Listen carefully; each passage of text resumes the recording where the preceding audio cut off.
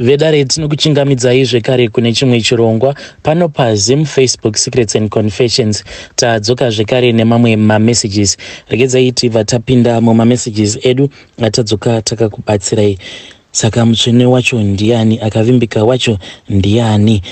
Pane imwe message iyo yandakatumidzirwa ichibva kuna mukoma vedu. Hanzi makadii zvenyu mukoma Nashi, ndinokumbira kuti munge muchindiposterawo nyaya yangu makavikawo chitupa changu. Inini mukoma ndikuda kutaurawo izvo zvandakaita mugore ra2018 apo mupfanha wangu paakatenga motikari. Saka mupfanha wangu uyu mukoma, iye nemudzimai wake ndakati ndavatora vachibva kuZim ndokubva vazouya kuno kuSouth Africa. Saka mupfanha wangu uyu iye ainge achitoshanda ari under inini, but all of a sudden zvinhu zvakabva zvazochinja. Murungu akabva atanga kufarira mupfanha wangu achiti mupfanha wangu is hard working, because mupfanha wangu aiti kana akabata mushini airatidza kuti experience yacho, unyanzvi hwacho kunyangwe kainge katorike kutotanga kutobata mishini iyi, but ainge aine natural skill iyaya. Saka murungu akabva azofadzwa nemupfanha wangu zvekuti mupfanha wangu uyu mukoma ainge ava kushanda Sunday to Sunday, from Monday to Friday. Mupfanha wangu aishandawo nesu,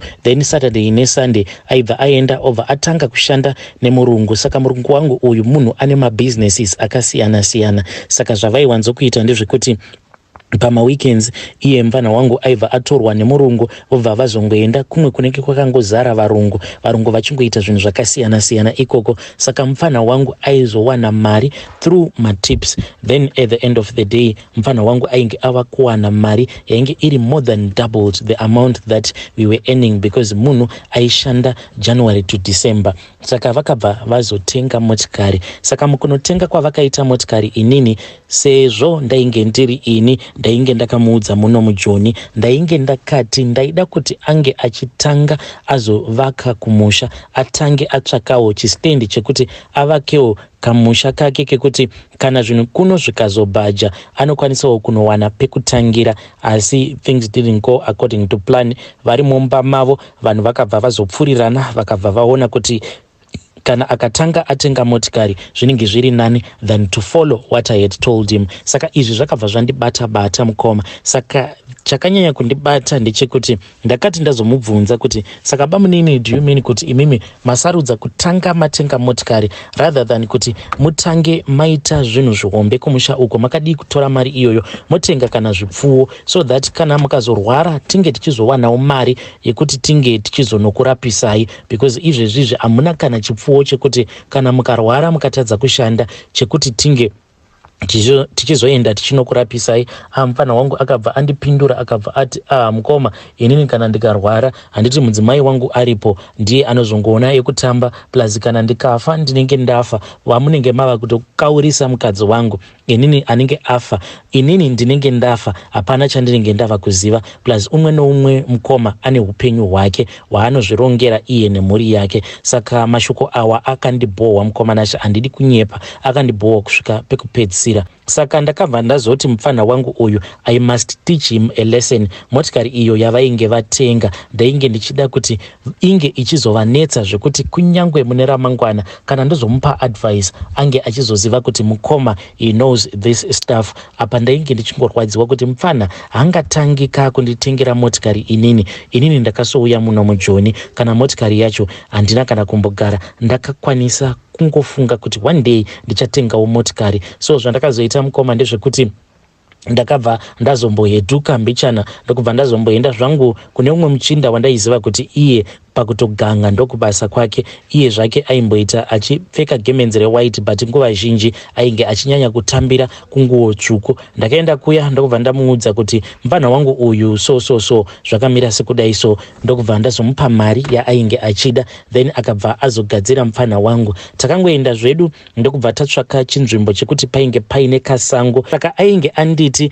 ndinge ndichitenga huku 5, ndakabva ndatenga huku dziya 5 ndokubva tazoenda musango. musango ndokubva tazonocheka huku dziya takabva tauraya huku dziya ndokubva tatanga kudeura ropa pasi ndikabva ndatanga kutaura nevadzimu. Saka ndakabva ndazoti tarirai muone kuti akabva azomhanyirira kuti ange achizotenga ngoro yemoto. Vadzimu vangu ndiri kukumbirawo kuti munge muchisimuka ipapo pamuvete kuti munge muchiuya kuzomuratidza kuti icho chaakaita hachina kunaka, nekuti kunyangwe ngoro yacho yemoto imimi hamufi makazoirakidzwa because kunyangwe mapepa haatomborina. Ende inini sezvo ndiri ini mukuru, ndiri ini baba vakasara, iye akarakidza kusandiremekedza pose apa ndainge ndichitaura nevadzimu vangu. Ndokubva tazosiya zvedu huku dziya musango muya ndikabva ndadzoka zvangu kumba. Saka uya muchinda wenguo tsvuku akabva andipa minamato, akabva ati minamato iyi ndikuda kuti unge uchienda kunodonhedza kashinda aka pamba pake mupfanha uyu, asi zama kuti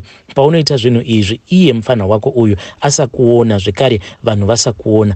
Mukoma, ndakaita zvivindi kutoita chimbavha chaicho because ndaifanira kuti ndinge ndichienda kunosiya zvinhu izvi vanhu vose vakavata.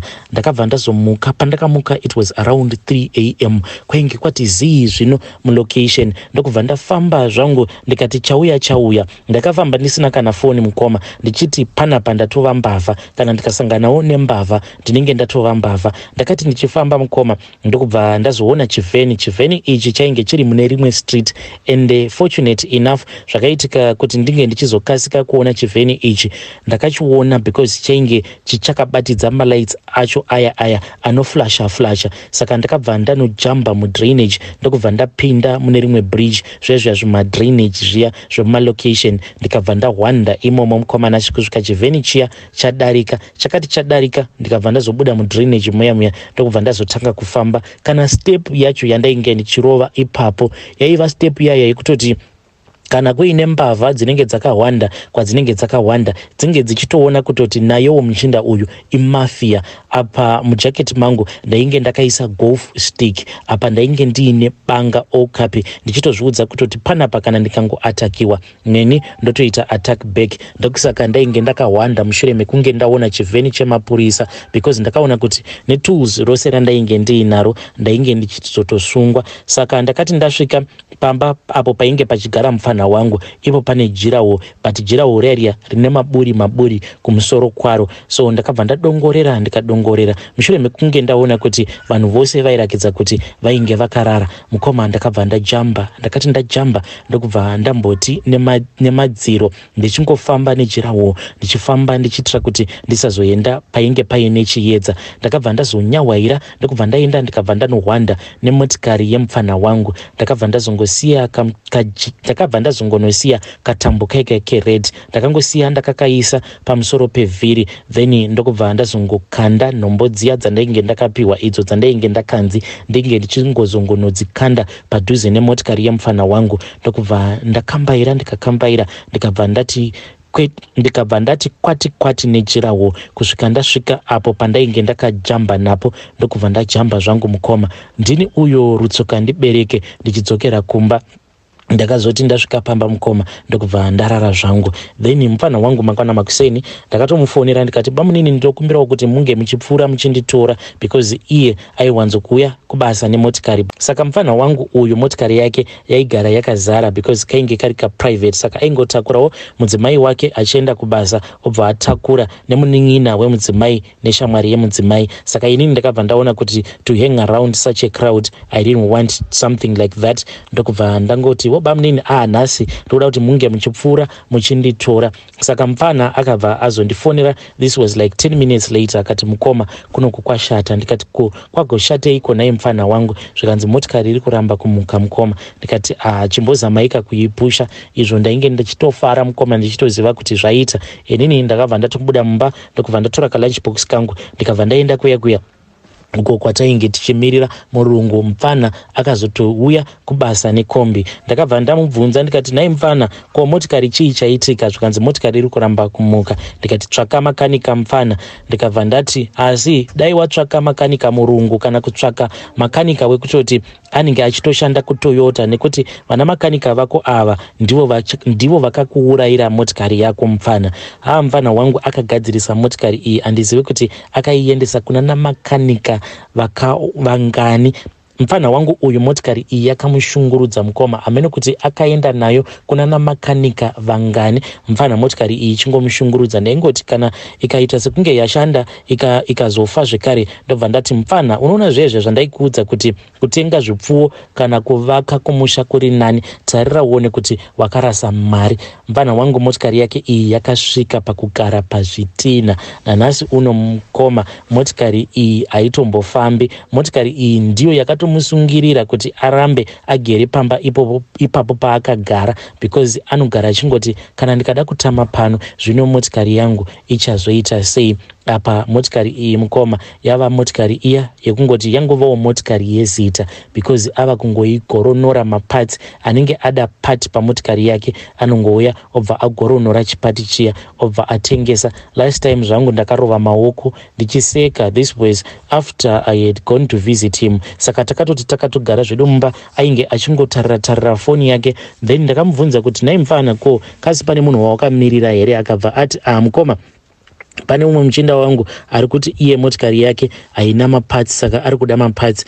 Saka muchinda wacho uyu ane motikari yakafanana nene mukoma. Then later on muchinda wacho akabva azouya ne-exact the same car yemupfanha wangu iyo yandakagadzirisa. Saka mupfanha wangu uyu akabva azotanga kukwadabura aya madoor handles, achiti madoor handles awa hanzi anonetsa, unotoita zvekutoorder ose ari 4 mukoma akakwadabura ndokubva azopiwa shamwari yacho yaiya. Ndakaseka zvangu ndikati, varume imi munoita majokes, ko munogodzitengereiko motikari dzacho kana zvinhu zvenyu zvisati zvakufambirai? But inini zvangu ndini ndakakonzeresa, ende ndakaona kuti mupfanha wangu iye he didn't follow my advice because I knew exactly what I was doing. Apo pandakamuudza kuti dai watanga wavaka kumusha, because dai mupfanha wangu uyu akatanga akavaka kumusha ya izvezvi zvinhu zvake zvingadai zvichitoendeka, but iye akabva azotongozviudza kuti he knew much more than I knew. Izvezvi handiti dai akatenga mombe dzake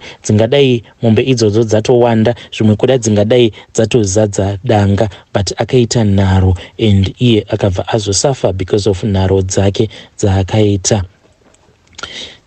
Hey, vedare ndo message iyo yandakatumidzirwa ichibva kuna mukoma vedu. Hanzi ndakagadzikira motikari yemupfanha wangu. Nai mukoma, ko ipapo pamainge muchifamba muchita kunge mbavha makasenga maturuzi enyu, dai makasungwa nemapurisa, zvaizoita sei? Hey, please ngatitaurei navo mucomment section mukoma vedu ava. So regedzai tibva taenda panyaya yedu inotevera. Nyaya yedu inotevera yakamira sekudai. So hanzi makadii zvenyu mukoma Nash, ndinokumbirawo kuti munge muchindipostirawo nyaya yangu makavikawo chitupa changu. Inini ndakachekeresa mwana wangu mubusiness rangu randinoita. Ndinotengawo gold mukoma, ndinotenga gold ndichitengesa. Saka ndakati ndatanga kuita basa iri mukoma, ndakabva ndazoita maproblems ekuti ndakabva ndatorerwa equipment yangu, zvekare ndikabva ndazobirwa goridhe. Ende goridhe iri mukoma hakusi kuti ndakaribirwa nembavha kwete, ndakatoribirwa nemapurisa. Painge paine umwe mupurisa uyo wandainge ndichishandidzana naye, saka mupurisa uyu ndiye akabva azondirongera kune vamwe vake. Then vakabva vazongondikidnepa, vakabva vati zvinhu izvi zvandainge ndichiita zvainge zviri zvinhu zvekuti zvainge zvisingabvumirwi. Vakabva vazonditorera maskero angu ose, mamercury zvekare negoridhe rose iro randainge ndiinaro. And at that time muchinda uya mupurisa uya iye ndainge ndamuudza kuti kamari kose kandainge ndiinako ndainge ndichida kunotenga goridhe, saka ndaida kuti paya pandinenge ndava kuzodarika neparoad block pavo vasazondimisawo kwenguva refu, because ndainge ndiina bhaya wangu uyo ainge achitofanira kukasika kuenda kuSouth Africa so that zvinhu zvangu zvinge zvichizondifambira mune zvakanaka. But iye akabva azondiitira utsinye, ndokubva andiitira tip up, ndikabva ndatorerwa zvinhu zviya zvose, ende zvekuti ndinge ndichimuita painge pasina hangu. Saka mukoma, kwandakaenda kuti ndinge ndichienda kunogadziriswa kuti ndinge ndichikwanisa kuzosimukira, handikwanise hangu kukuudzai, because ivo sekuru vacho ivavo zvesocial media vakatozvivenga nemoyo wavo wose. But munhu wekuti iye basa rake ndiroro rekungorombesa vanhu pamba apa pasekuru ipapo hapatotendedzwe kuti pange pachisvika varwere. Kana ukatosvikapo uri murwere vanotokuudza kuti panapa hapana munhu anoita zvekurapa, but kana ukasvikapo uchiti sekuru ndagumirwa neupenyu, ndava kuda kuchekeresa, ndava kuda kuromba, then sekuru ava aiwa vanokubatsira, kukubatsira chaiko semabatsiriro avakandiita. Mukoma, inini hangu handidi kukuudzai the whole process yandakaita, asi mwana wangu ndiye wandakabva ndazochekeresa. Ndakachekeresa hangu mwana wangu musikana kuti ndinge ndichikwanisa kuzoshandisa ropa rake. Ropa rake ndiro randinoshandisa pamabasa angu awa andinoita. All the times mukomanashe ndinofamba ndiine picture yake iyi inogara muwallet, ende ndo dzimwe dzemhiko dzacho idzodzo, even though I cannot get so deep. Upenyu hwandinorarama, I don't say kuti upenyu huri bad. Ndakangozviudza kuti I can have other kids in the future, so what? Saka pari zvino ndakazokwanisa kuzoitawo vamwe vana vatatu to replace mwana wangu uyo wandakachekeresa. Hey, vedare ndo message iyo yandakatumidzirwa ichibva kuna mukoma vedu. Hanzi handikwanise hangu kukupai all the details, but ndakachekeresa mwana wangu musikana, ndikabva ndangozviudza kuti aiwa, so what, I can have other kids in the future. Handiti ndini ndakamuzvara, saka kana ndakamuzvara ka ndinokwanisa kuzozvara vamwe vana in the future. Hey, zvakangoma hazvo veduwe. Please let us speak with her in the comment section.